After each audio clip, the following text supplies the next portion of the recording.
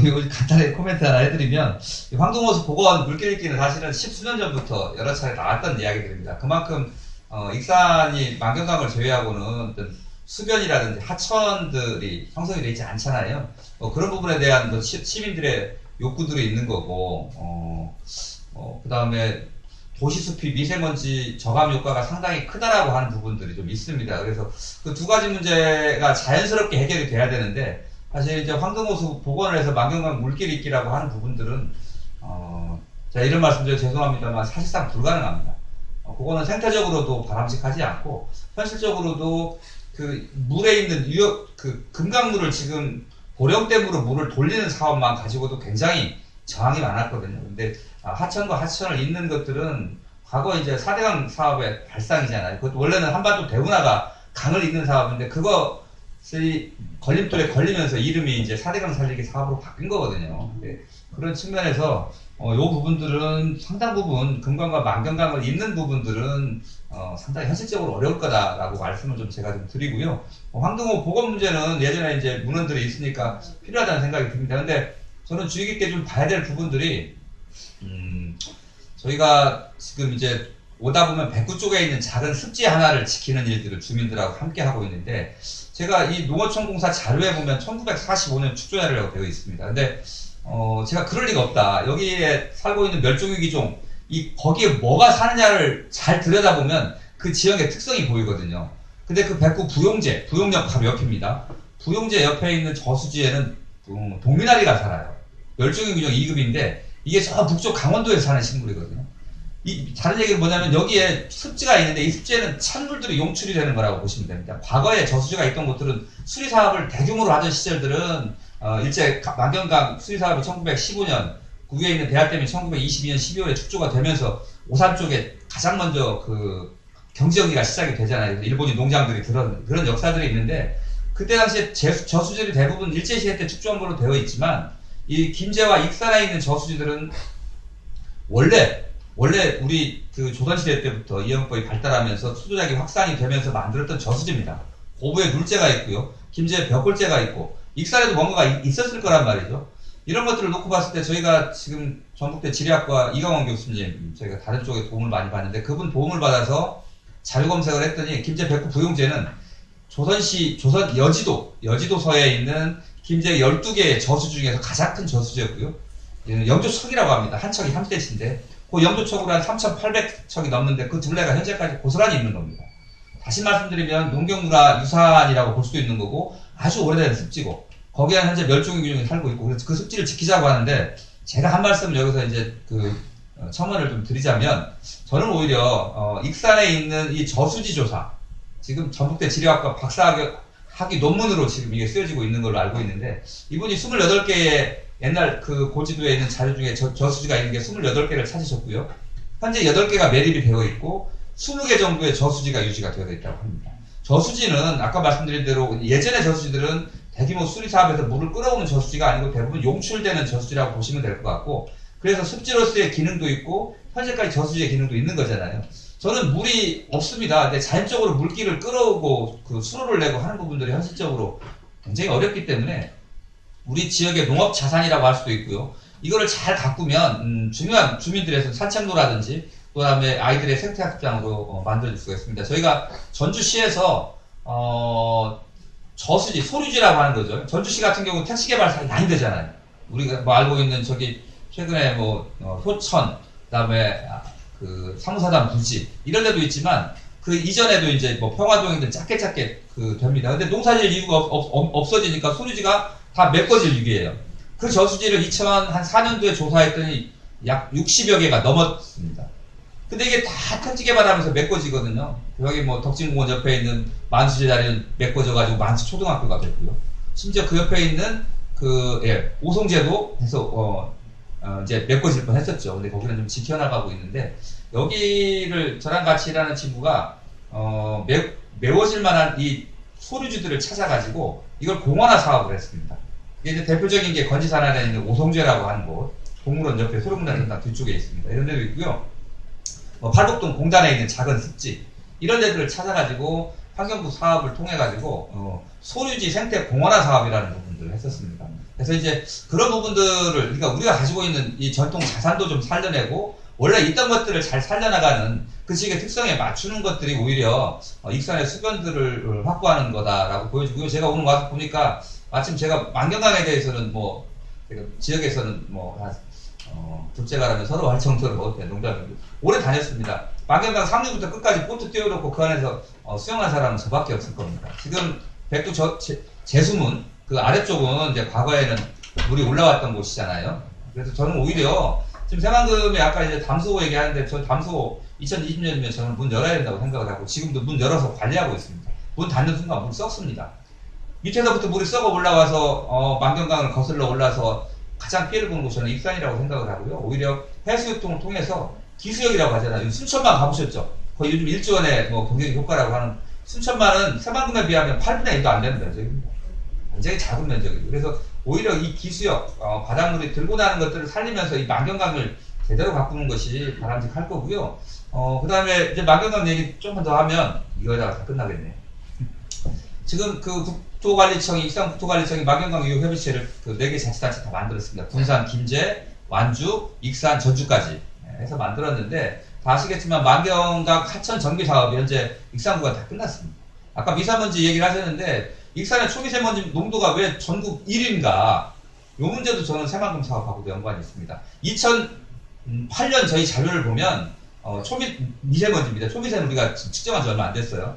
미세먼지 농도 1위에서 10위권까지 대구가 2곳, 나머지가 수도권입니다. 당연한 거죠.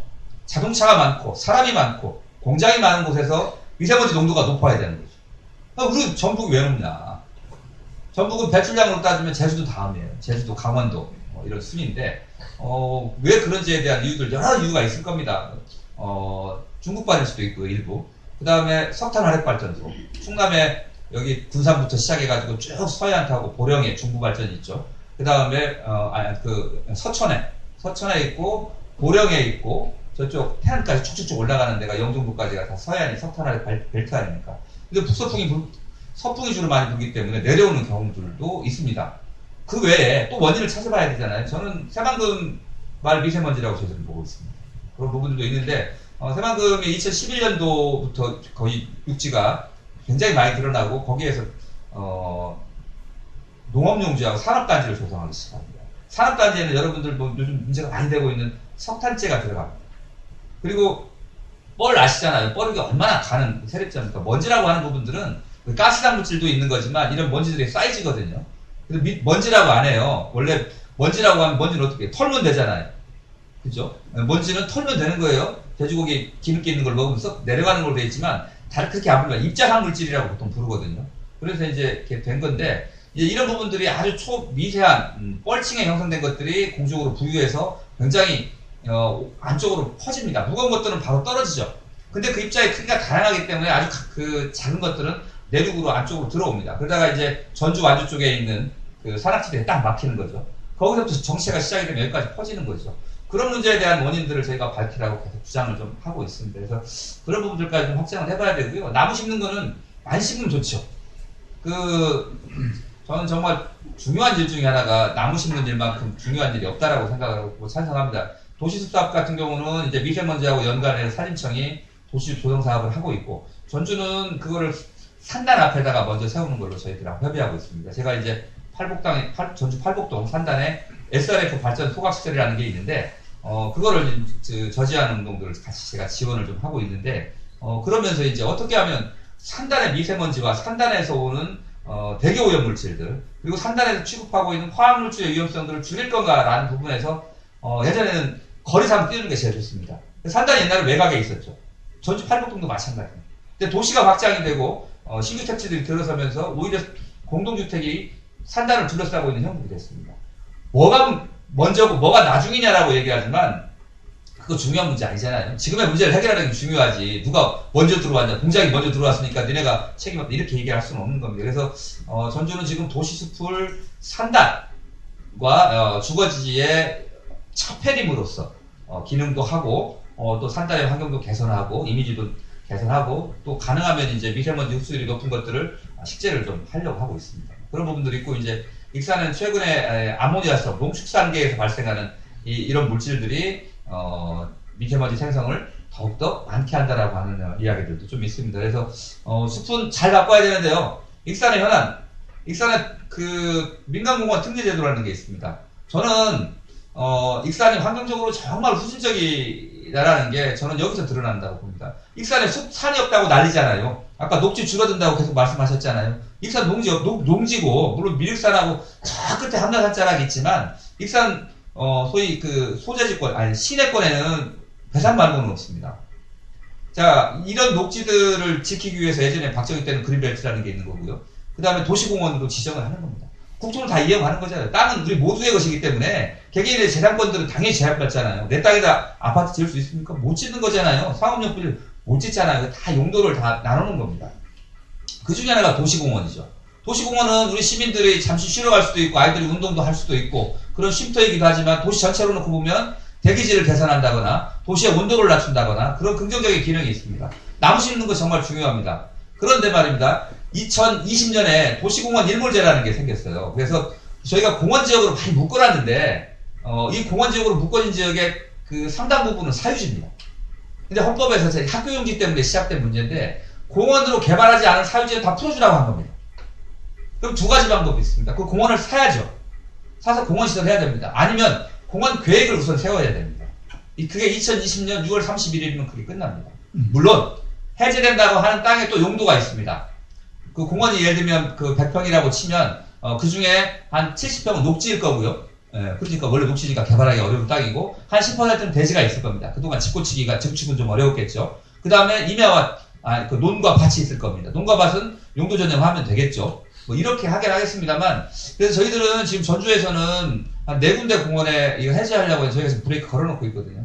다음 주에 만나가지고 하나라도 해보자고 하는데 저희들은 그걸 할 겁니다. 근데 이 공원의 대안으로 지금 제기하고 있는 게 민간공원 특례제도입니다. 이 내용은 뭐냐면 공원이 100평이라고 치면 70%는 내가 이쪽에다 기부를 하는 거예요. 시에다 기부를 합니다. 공원을 길만 만들어주고 몇 번 계획 잡아줍니다. 나머지 30%는 아파트를 짓는 겁니다.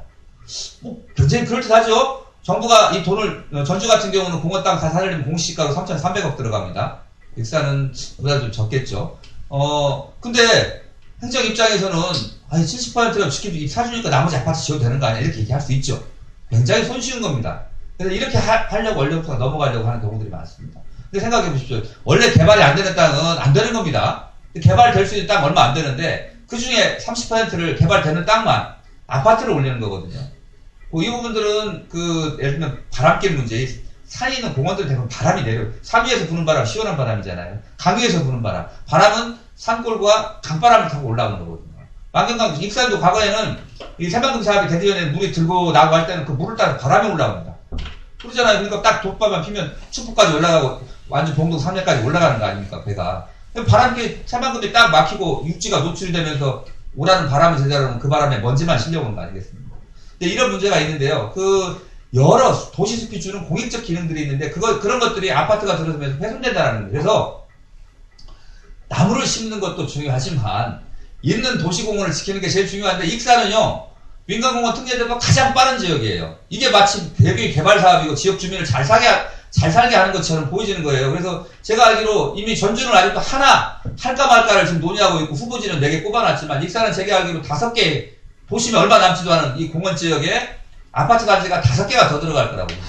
아파트 기존에 있는 아파트들 뭐 영등동이라든지 여기도 택지주구에서 있지만 아파트 들어오게 되면 도심 공동화 문제는 더욱더 심각해질 거라고 봅니다. 그래서 저희들은 가능하면 이 민간공원 특례제도 이외에 어쨌든 이건 예산을 마련해서 땅을 국가가 사들여야 되는 거죠. 우리나라의 토지 이용의 가장 큰 문제는 사유지가 너무 많다는 거잖아요. 그래서 공익적으로 이용할 수 있는 땅들이 별로 없습니다. 그래서 저는 이제 두 가지 오늘 여기 보니까 물길 있기는 현실적으로 좀 어려우니 지역에 있는 저수지라든지 재원들을 좀 잘 찾아서 이것들을 물은 물대로 이용하고 주변을 좀 잘 갖고 와서 생태공원을 조성하는 것이 훨씬 지역 주민들이라든지 시민들이라든지 이런 데도 좀 좋을 것 같고 생태적으로도 그런 거점들이 있으면 이 생태 징검다리라고 하잖아요. 완전히 환경들이 많이 좋아질 것 같고 나무 심는 거 찬성합니다. 도시도 적정한 장소에다 숲을 조성하고 나무를 많이 심으시되 현재 도시공원 일몰제에 의해서 사라질 위기에 놓인 도시공원을 지키는 길 역시도 매우 중요하다.